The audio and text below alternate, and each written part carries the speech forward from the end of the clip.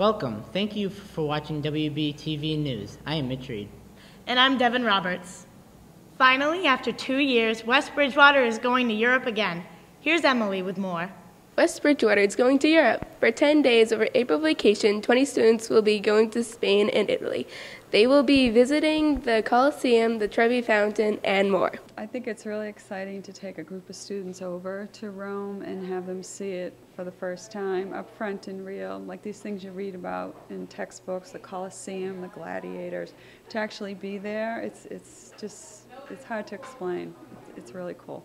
We asked Ms. Previty where they are going to travel to. Going to Rome for 3 days. We're going to see the Vatican, the Colosseum, the Trevi Fountain, all those things that you read about and see in movies.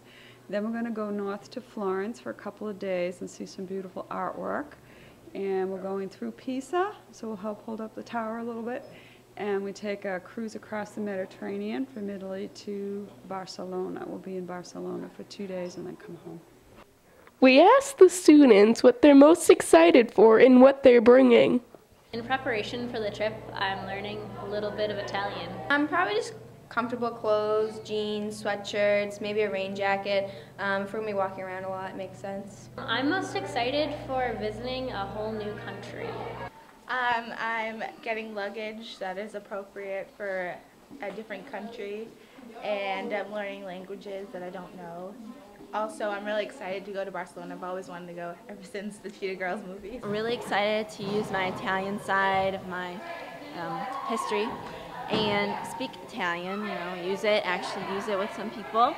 Also, I'm really excited to see the cities and the ruins and the Colosseum. We asked Ms. Previty what the expenses were for each student. It's about $3,500 each, but that includes airfare back and forth, hotel for 8 nights, 2 meals a day, all the transportation, an overnight ferry from Italy to Barcelona. So it's all inclusive. The only thing they need is money for lunch and souvenirs. Have a fun trip, guys. Thanks, Emily. We hope you have a safe and fun trip. We will catch up with you guys after your trip to see how it went. Have you ever seen that couple that's a little too lovey-dovey for the school hallway? Some believe it to be disgusting, while others freely show their affection. Here's Allie with more. PDA, public displays of affection, happen in all high schools. PDA is the interaction between two individuals, which is a little too romantic for the school hallways. Do students at West Bridgewater PDA? How did the teachers deal with it? Most students at WB detest PDA and swear they would never participate in it. Well, I don't really want to know what goes on behind closed doors, honestly. Honestly, it kind of grosses me out. I mean, I don't need to see you making out with your boyfriend in the middle of the hallway. Like, we all know that, things like that happen when you're alone, but you know what? Keep it at home. It gets to a point. Little kids in the hallway, no big deal. But then when we see the kids it just is not my thing. PDA in the hallways makes me feel awkward sometimes, unless it's a gentle caress or a soft kiss on the cheek, maybe a little hand holding. But anything further, I don't know, it's kind of like, all right, you can do that behind closed doors, There are only a few brave select few who would fess up to the crime. I do occasionally, every now and then. She PDAs. I'm a PDAer. I do with my girlfriend Ashley Fogarty in the same grade, and nothing too big, just like a hug and a kiss, I guess. Teachers feel that the acts of PDA in the hallway are inappropriate and unnecessary. I tell them to put the little lovebirds, tell them to go their separate ways, and that's about it.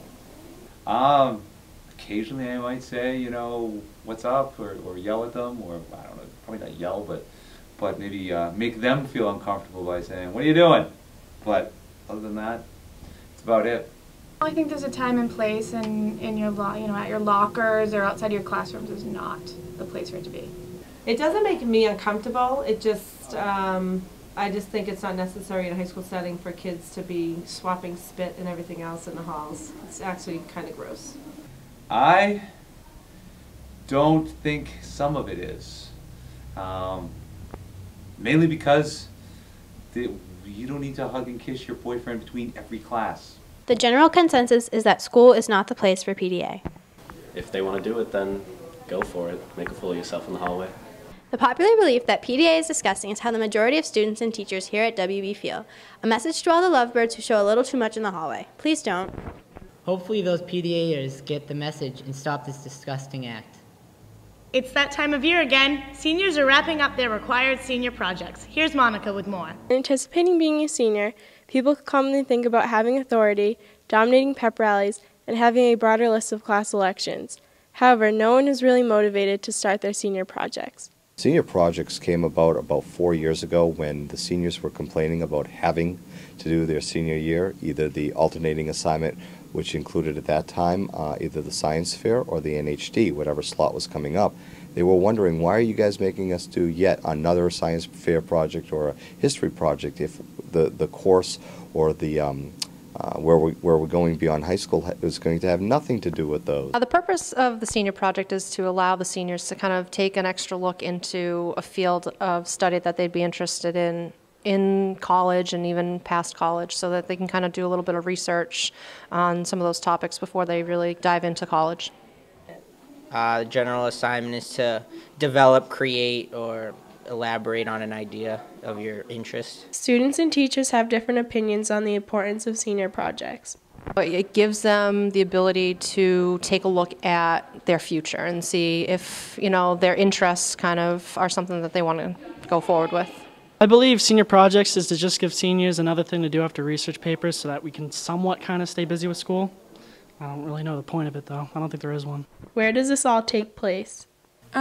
Different events take place in different places. I know there's going to be one major day where all the actual events that are happening do take place, like a basketball tournament and stuff like that. But if you're doing a PowerPoint or something related to that, then I think you're doing it in a lab or the library. They have to be done by the end of the year, and you have to present them to NINOSA at some point during the end of the year as well. Deadlines are varied. We have a couple of cutoffs where we check-in periods. One of them came early in the year where we wanted to look at those proposals. Another one came at the mid-year point where we were looking at some more information, and then one came a little bit beyond that. Time is looming and deadlines are coming to a close. Well, you can prepare yourself by getting a good handle on your project. As long as you get all your information and stuff done in the beginning, then you don't really have a lot to worry about at the end of the year. During vacations is a really good time to get your stuff done. We asked some of the seniors what they were doing for their projects. Like mine, for instance, is out at the basketball courts. Other people have outside school events, so it all depends on what you're doing. My senior project, I'm doing it on tattooing. I'm going to be making an accordion piece that's going to have all my drawings on it. And then in separate folders, I'm going to have all about the mechanics of it, all about the healthcare part of it, and the actual art form itself. So it's just kind of going to be all about tattooing and delving into the world. I'm putting together a portfolio to express different mediums with a common theme and common purpose. All deliberately saying that sticking to your roots, and you'll get far and you'll produce some really great work in the end. And in the past 4 years, I've learned tremendous things. I've learned that it is a very viable project, first and foremost, and that the customization and personalization feature is absolutely essential and vital.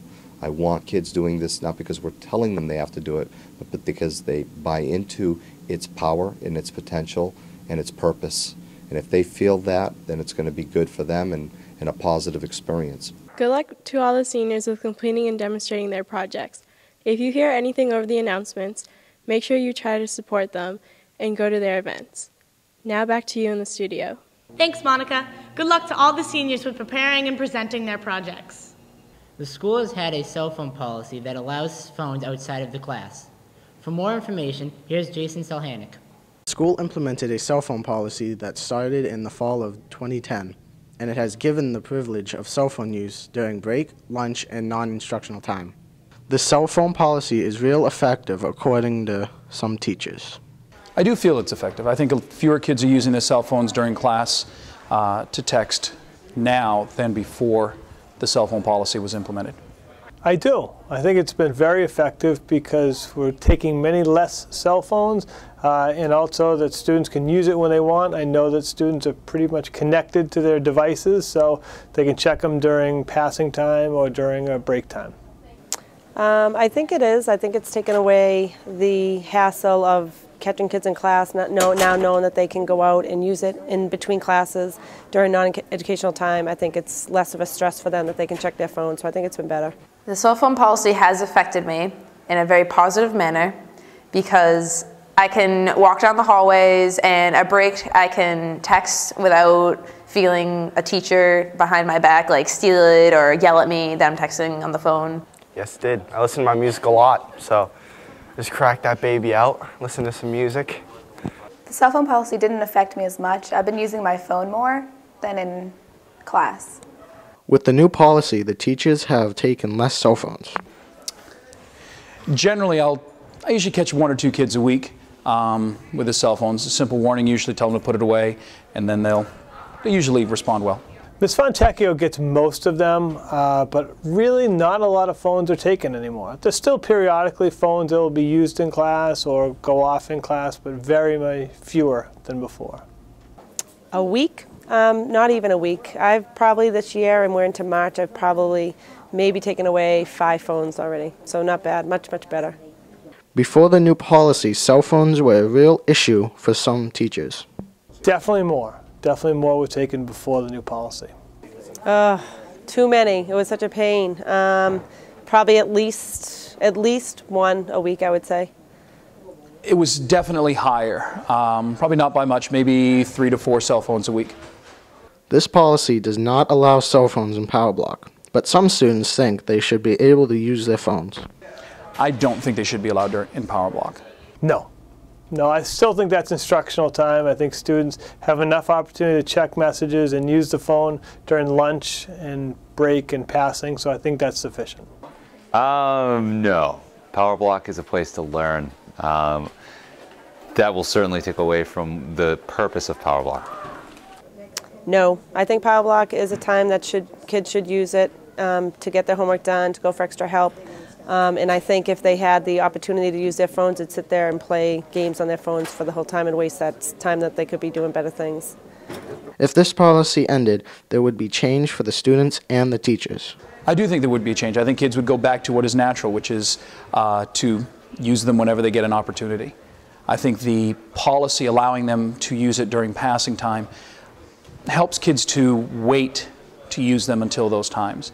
If you were to take that away, I think kids would go back to trying to be sneaky with it and use it during class.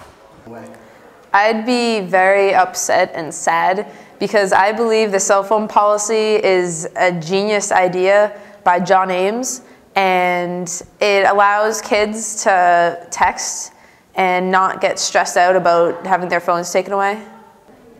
If the policy ended, oh yeah, it would go back to kids trying to sneak phones during the classes and just much of a headache. I think this way, if they're responsible and they know they can use it in the halls during non-educational time, I think it's a good thing. If the cell phone policy was taken away, I would be pretty upset. I use my phone all the time.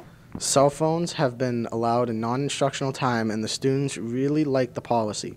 But the teachers are the ones that actually benefit from this. Thanks, Jason. It sounds like everyone benefits from the cell phone policy. Hey, Mitch, do you know what time it is? What? It's trivia time! Move your body out on the floor. Put your troubles aside. Start living. Anybody can let go. Yo, Scrap, do you have any lunch money I can borrow? Nah, dude, I don't. Let's see if this kid has any money. Yo, kid. Yo, kid. You got any money? No. Yo, I see your money in your pocket. Let me get some money. I don't got none. Your money. Down to the ground. Give me your wallet. Your money. Yo, I got it. Right here. Thanks, dude. Get out of here. Loser.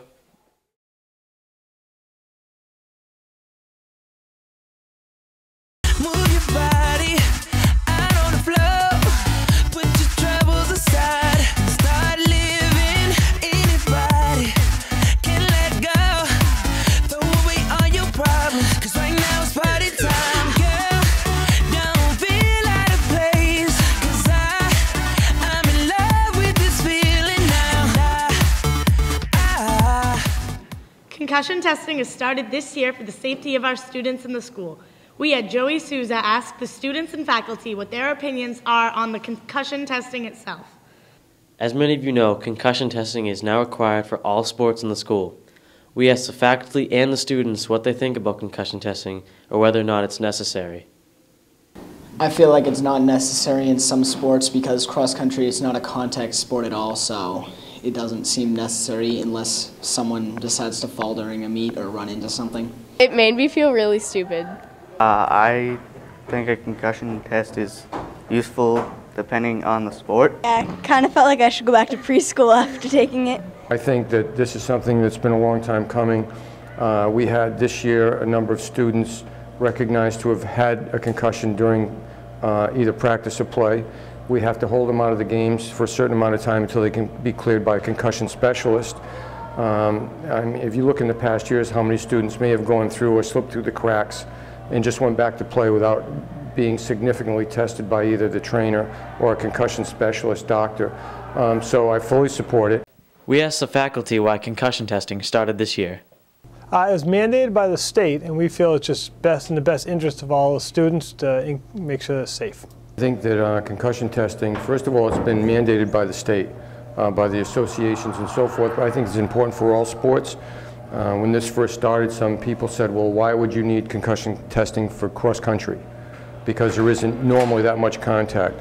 But at any of the sports, you could have a collision of any type. If you were running cross country, you could run into, trip and hit your head on a tree, theoretically. Golf is a contact sport. Golf, there's a flying ball, there are clubs, people hit all the time. And just the general accident kind of stuff. Obviously in basketball, there's a great risk of concussion because of the close contact and the speed of the game. I think we want to establish a baseline for them, so in case there is an injury, we can go back to that and look and see if there's an increase in the injury and make sure that they're going to be okay for the future. All right, I'd also like to point out that during football season, I remember hearing on the news some players purposefully failing the concussion test before their season started, whenever they took it, so that if they got a concussion and they took the test again, there weren't really any differences recorded. That way they could still be playing. If there's a recruiter watching them, they're playing for them at the risk of becoming brain dead if they get hit again. Now we know what the students and the faculty think about concussion testing. Back to the studio. Thanks, Joey, for getting the scoop about what our school thinks about concussion testing and whether or not they think it's necessary. This time of year, seniors have a lot to look forward to. As senior ball quickly approaches, seniors are getting ready for the big dance. Senior ball is just around the corner, and students can't wait till March 23rd for their last dance as this year's graduating class. Prom is this iconic event that defines their junior year, right? And senior ball is, I think, more of a fun celebration of the last month of school. It is at a very convenient time. Essentially between winter and spring sports. It's like at least 90% of the kids typically participate. And we have a lot of students, that come out that are not seniors, but maybe underclassmen, maybe dates and that type of thing. This is something that we often have approximately about 130 kids that go to this event. I went with Ryan Collins last year to senior ball, and I had a pretty good time. Can't wait for this year's. I went with a date last year, and I'm going with a date this year. Me and Mrs. Udo run the event, so we certainly are there. Mr. Bodwell and Ms. Fontecchio are typically there. The entire staff is invited to come and check it out if they want. Students are ecstatic. They don't have to spend the money on a limo. As of right now, I'm planning on just taking my own car, no limo. Nothing too extravagant for this one. No, I'm just going to drive because, what's better, a limo or a 98 Ford Taurus? You tell me. I will probably just drive my car or someone else's car. There's one room that we're typically in that I think they can partition different ways. With the size of the crowd that we typically bring there, over 100 people, we usually have this one whole enormous room. I have been to Benjamin's personally for dinner, and that place is awesome. For those of you who haven't been there, you're going to enjoy the food. I've never had a bad meal there. It's never been wrong. It's quite tasty, and you will enjoy it very much. I thought it was a good place. It was really fancy. My parents have been going there for years, so I kind of love it there anyways. No, I haven't, so I'm looking forward to seeing what it looks like. Most students prefer senior ball to prom because it's more low-key. I prefer senior ball because it's less formal, less stress, less things to worry about. It's just going to be more focused on the dance and having fun. I think that I would like senior ball better than prom because prom, don't get me wrong, prom's amazing. But senior ball is it's lower key. There's not as much pressure for it to be, the number one night. I think I'm going to prefer senior ball more just because it's cheaper. I think that prom was a lot more extravagant more overrated, but I'm excited. The cost difference is going to be pretty significant because I only have to buy a tie and a shirt. I don't have to, buy a limo, buy prom tickets. I think for girls, it depends a lot on the dress because most people get a really expensive dress for prom and then like a cheap one for, not cheap, but a less expensive one for senior ball. But you can get expensive for both. But for the guys, I honestly don't think it's that big of a difference except for the limo and the ticket prices.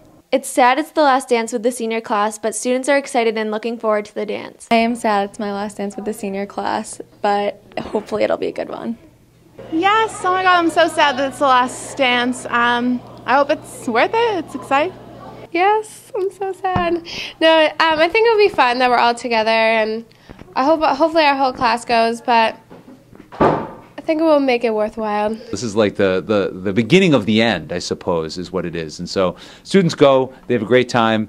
However, it's not necessarily like a teary-eyed thing. It's more of like a let's party type of thing. Wow, the beginning of the end. Powerful words from Mr. McMurray. Back to you in the studio. There's a worldwide phenomenon about the world ending, and different theories have been made. Here's Leah with more. Day by day, we are getting closer to the day Michael Coe, an archaeologist with a doctorate from Harvard, predicted that the world would end. Although some believe in these predictions, others have no doubt that it's completely untrue. The Mayan community is one of the most well-known classical civilizations, dating all the way back to 2600 BC. They were the first to introduce some essential ideas we still use today, like writing and, of course, the system in which calendars are made. They made the constellations, and they were pretty smart people for, being back in the day. So, the Mayan calendar says that it's supposed to end on December 21st, which happens to be my birthday. Although there are many different scientific theories and historical evidence, everyone has their own opinions. I think the end of the world is completely false. The Mayan calendar does not decide our world's fate in 2012. It's not going to be the end of the world because there's no actual proven evidence.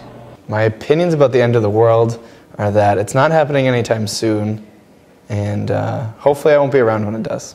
My opinions of the end of the world is I think people are just getting a little crazy about it, freaking out. I've heard crazy stuff of people building shelters and stuff, but I think it's just everyone freaking out over something. Going to turn into like pink flamingos, and we're going to eat, purple cherries for the rest of our days and slowly die because we don't get any carbohydrates in our diet, we'll just dry up. It sounds pretty cool. I mean, to go down with everyone, at least we're all going to go down with our family. Like, that's the way I'd rather go. The reason why we haven't heard anything from our government, the head people, all of our leaders that should be protecting us is because they don't want the country and our people to go psycho.